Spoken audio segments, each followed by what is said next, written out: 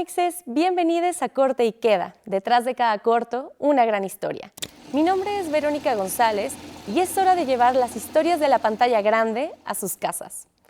Hoy en día es cada vez más frecuente encontrar historias desde el punto de vista de las infancias o desde el género Coming of Age. Podemos señalar algunas películas representativas como Los 400 golpes de François Truffaut hasta la contemporánea Valentina o La Serenidad de Ángeles Cruz. El Coming of Age nos muestra personajes que pasan de la infancia a la juventud, en donde está en juego la conformación de la identidad, los dolores que involucran la pérdida de la inocencia, donde habitan un sinfín de emociones que se viven con intensidad. Crecer es un viaje que nunca se repite igual. Entre juegos, descubrimientos y despedidas, cada infancia guarda un mundo único que merece ser contado. Esta noche aguzamos los sentidos con tres historias que, con la mirada curiosa de sus protagonistas, nos invitan a recordar lo que fuimos y lo que imaginamos y lo que vendrá. En Pequeños Zorros, de Jimena Guzmán y Balam Toscano, acompañamos a Noemí, mujer Ayuk, en una reflexión profunda y silenciosa sobre la pérdida de su lengua. Luego, en un giro hacia la ternura y el despertar adolescente, tenemos Pasariño, de Natalia García Agraz, quien nos presenta a Olivia y a Laura, dos niñas de 13 años que tienen una misión: conseguir el autógrafo de su futbolista favorito. Una historia sobre la llegada de la primera menstruación, la amistad y la relación madre-hija. Y finalmente, Viaje de negocios, de Gerardo Coello Escalante, quien nos lleva a un lunes cualquiera en una escuela, donde Daniel muestra con orgullo unos tenis nuevos. Sin embargo, una verdad se revela detrás de este regalo de su padre. Tres historias breves pero potentes que nos hablan de identidad, transformación y secretos.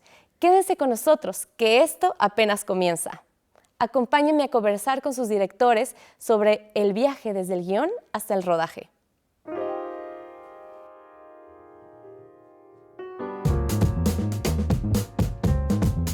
Démosle la bienvenida a Dulce Martínez, productora en línea de Pequeños Zorros. ¿Cómo estás? Hola, muchas gracias. Bien, aquí. Estoy muy emocionada porque eres la primera productora en línea que entrevistamos en este programa.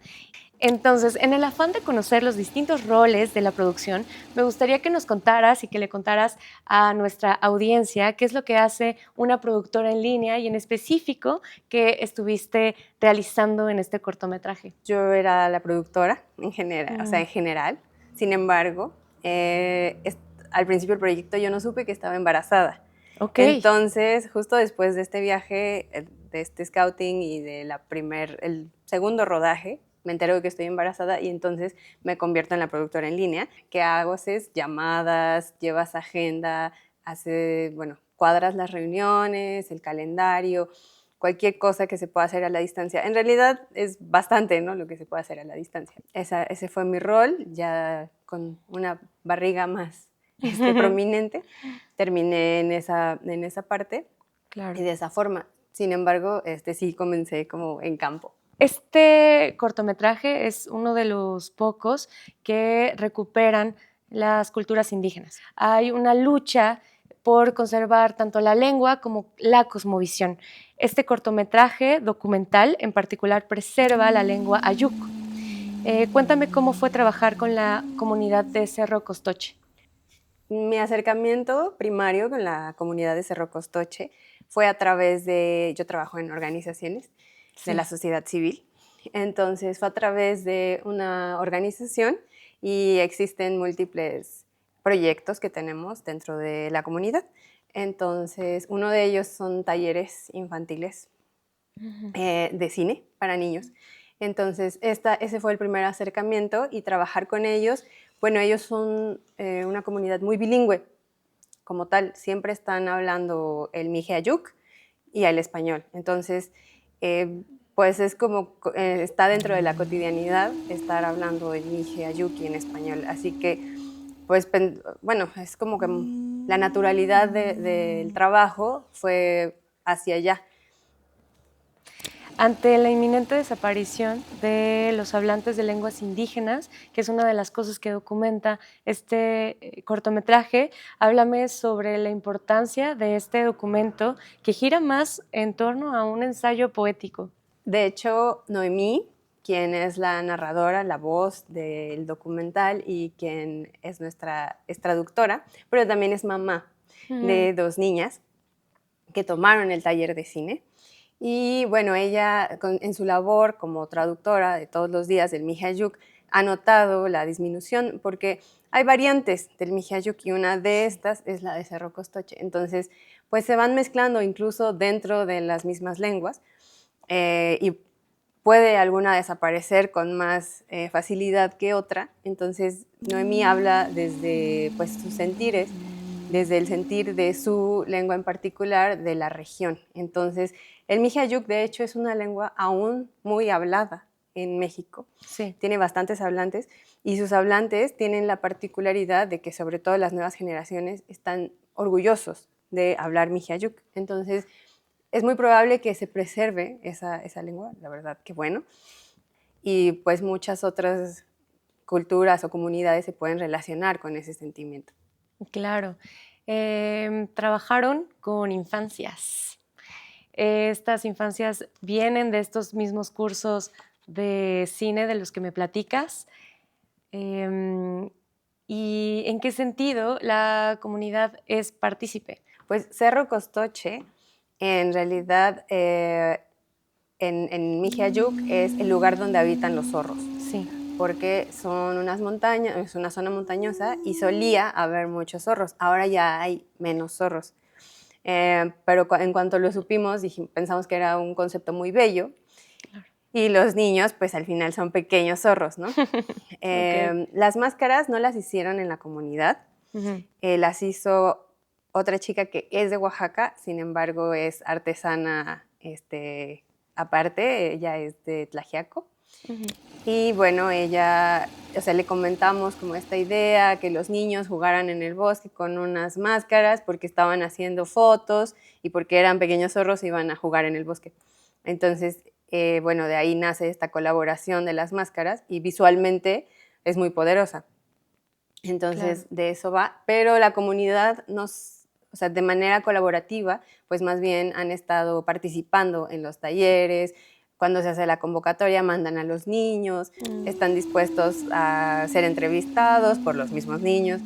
Pues te digo, Noemí es justo mamá de una de las 2 niñas, sí, que tomaron un taller y pues más bien es como esta disposición que tienen para participar con nosotros. Buenísimo. Bueno, invita a nuestra audiencia a ver Pequeños Zorros. Claro, pues los invitamos a ver Pequeños Zorros. Es un corto con un sentir muy grande. Esperemos que les guste y muchas gracias por la invitación. Gracias a ti, Dulce. Esto es Corte y Queda.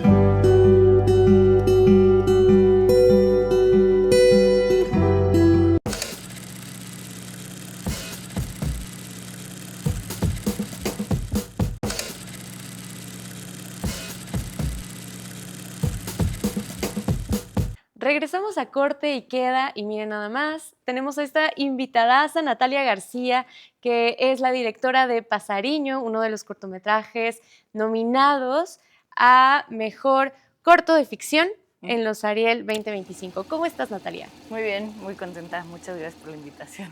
Gracias a ti por estar aquí y compartirnos algo acerca del proceso de creación de este cortometraje, que de pronto explora esta relación entre madre e hija, una posible incomunicación, que viene acompañada también de una reconciliación, en fin, son muchas las emociones que podemos ver en esta historia entre el plan de dos niñas por conseguir el autógrafo de su futbolista favorito. Aquí me gustaría preguntarte, esta película está dedicada a Messi, pero sobre todo a tu mamá.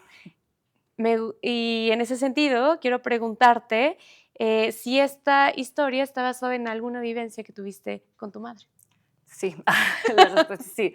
Es una historia muy autorreferencial sobre una anécdota que me pasó con mi mamá, mi mejor amiga. Había más personas, mi hermano, como que ficcionalizamos mucho toda la historia, Claro. pero al centro de la historia sí era como buscar ahí, explorar en mi adolescencia y como los problemas que tenía para relacionarme con mi mamá, que es un personaje muy parecido a este personaje, es una loquilla. Y como ya de grande, como intentar entenderla y como yo ver su punto de vista y como que ese es el corazón de la película. Aparte hablas un tema que considero sigue siendo tabú hoy en día, que es la menstruación. Muy poco hablamos de los ciclos menstruales o de las personas menstruantes. ¿Para ti era importante retomarlo, traerlo al centro de esta conversación? Sí, de nuevo también esto pasó en la vida real, o sea, como la anécdota sí fue que tuve, no fue mi primera menstruación, pero fue como la segunda, Sí. y fui a un partido de fútbol y mi mamá se puso borracha, entonces como que quería yo decirle esto, pero era muy difícil de decirle.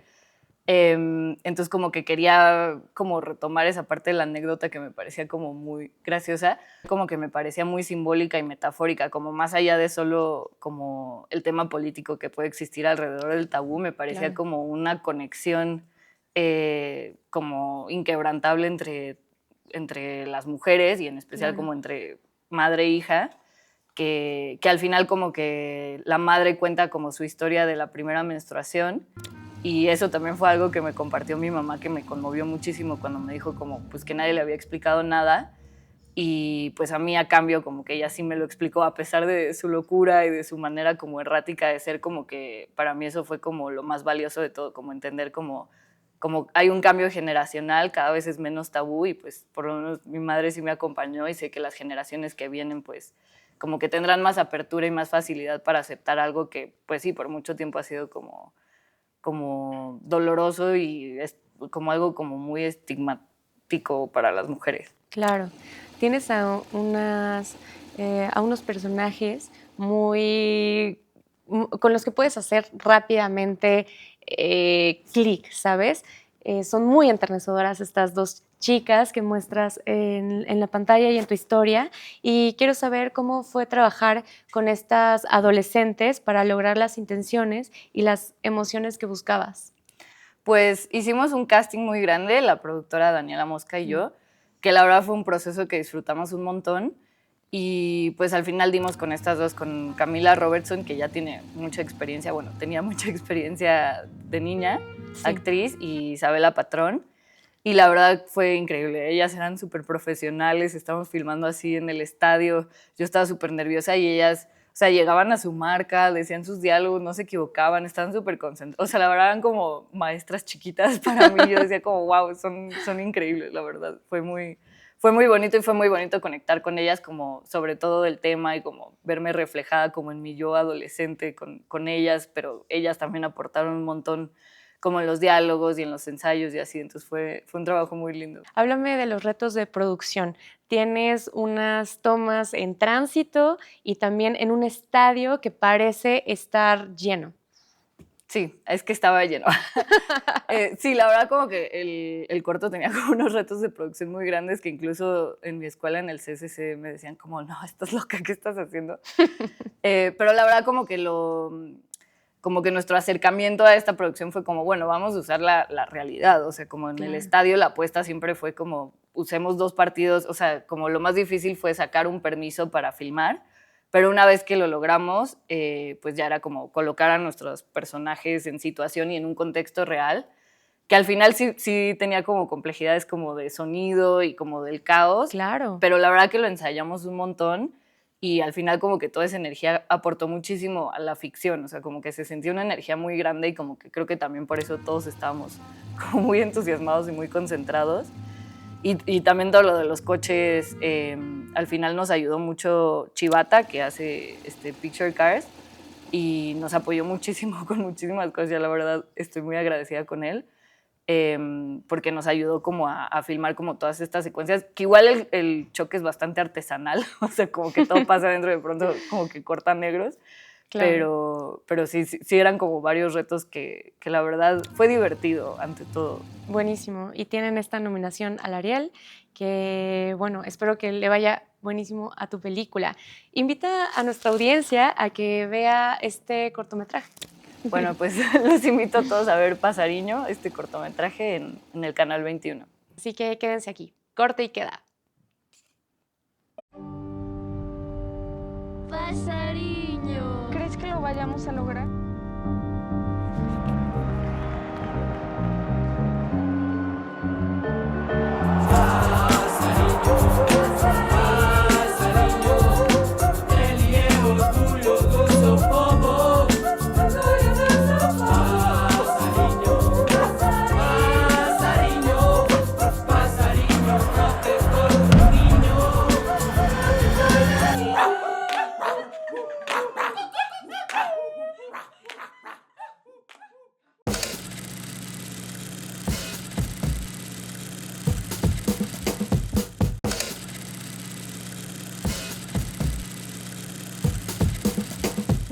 Estamos de regreso en Corte y Queda y tengo aquí en el set a Gerardo Coelho, que viene a presentarnos y hablar acerca de su corto Viaje de Negocios. ¿Cómo estás, Gerardo? Muy bien, ¿y tú?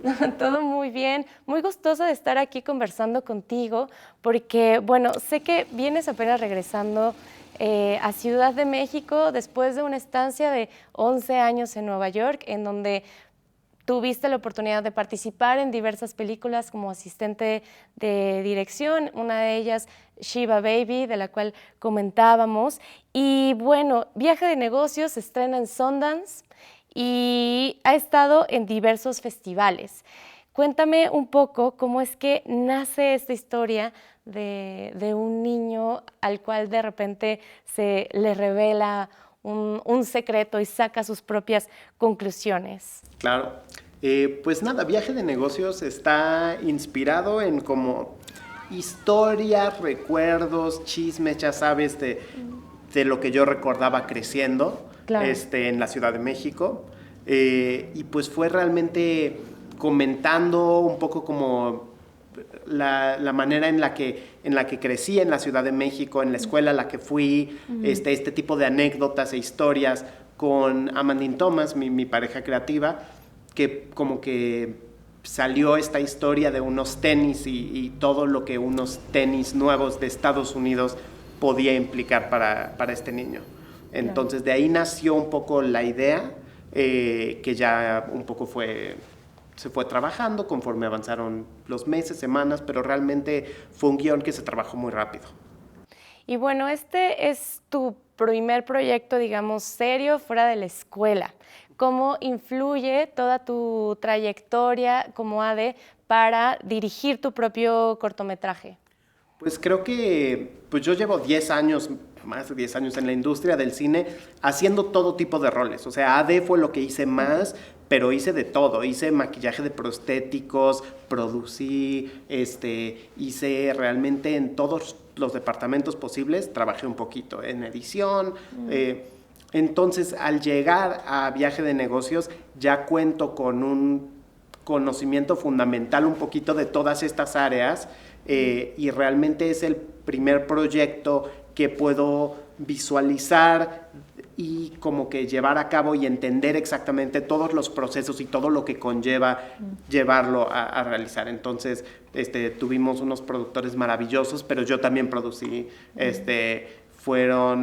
ayudé a editar a Amandine Thomas, entonces todos estos papeles que ya conozco, conozco cómo hacer un plan de rodaje, entonces pues todo eso fue parte de Viaje de Negocios. Y anteriormente ya habías trabajado con niños, ¿qué tal te fue con esta experiencia? Sí había trabajado con niños antes, un proyecto que hice en la escuela fue con niños, de hecho el primer corto que hice en mi vida para aplicar a la escuela de cine fue con un niño. Okay. Y el otro corto que se llama La Visita, que mandé al concurso Sundance Ignite, también involucraba a un niño, no protagonista. Entonces, siempre me ha gustado trabajar con niños, pero este era pues un reto especial porque todo el elenco son niños. Sí. Y pues realmente es que la gran mayoría de ellos jamás habían pisado un set antes de Viaje de Negocios, pero honestamente fue una experiencia muy, muy, muy grata y muy sencilla, mucho más sencilla de lo que esperaba. Okay. Fue complicado encontrarlos porque tomó tiempo como realmente ver a muchos niños, muchas audiciones, trabajar con ellos, pero una vez que encontramos a los protagonistas, el trabajo fue muy fácil. Maravilloso, y es algo que podemos ver en pantalla. Hay ahí un subtexto en el cual vemos como esta ruptura emocional del niño con su figura paterna. ¿Cómo quisiste explorar este quiebre afectivo en la reacción del niño, ¿no?, cuando lo descubren? Pues no sé, creo que para mí hubo muchas versiones del guión de Viaje de Negocios y hacia dónde iba y cómo concluir la historia, pero para mí realmente este es un corto sobre uno de estos momentos en la vida en donde te enteras de algo que te lo cambia todo y simplemente te genera este rush de adrenalina que no sabes controlar, no entiendes de dónde viene, y es un poco pues esta sensación que te controla, y eso es lo que quería explorar con Viaje de Negocios. Entonces, pues sí, realmente tratamos de enfocarnos mucho en lo más humano en ese momento. No es una reacción racional ni muy pensado lo que está haciendo, es puro impulso, y es lo que queríamos. Claro, porque aparte recordemos para a ustedes que están a punto de ver Viaje de Negocios, que esta es una película en un género coming of age, en donde este personaje está transitando de una etapa de vida a otra, de la infancia hacia la adolescencia, en donde también hay muchas emociones ahí expresadas de manera pues muy fuerte, muy emotiva, muy pasional, ¿no? Es una historia de crecimiento y bueno, les invito a que se queden a verla. Muchísimas gracias, Gerardo. No, muchas gracias a ti. Espero lo disfruten. Corte y queda.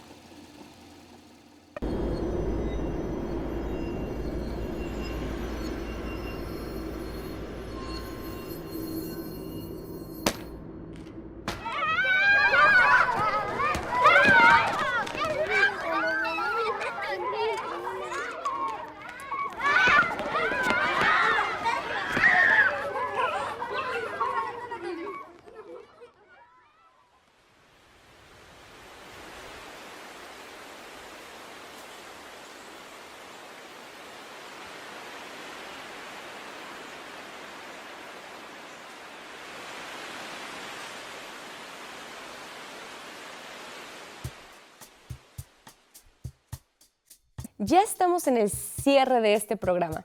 Espero que hayan disfrutado los cortos de hoy y la conversación con sus realizadores. Hoy pudimos ser testigos de 3 historias que nos permitieron entender mejor quiénes somos, de dónde venimos y cómo nos transformamos. Y que nos recuerdan que crecer no es solo una etapa, sino una historia que siempre llevamos dentro. Para el próximo episodio, exploraremos los alcances de la animación con 2 cortometrajes muy distintos en sus estilos y formas de producción. En Aferrado, Joel es un mecánico atrapado entre 2 mundos, su vida familiar y el crimen, una realidad fragmentada con una estética misma de la película. En Fulgores, la animación nos lleva a un paisaje desolado, donde el deseo de ser visto puede cegarnos.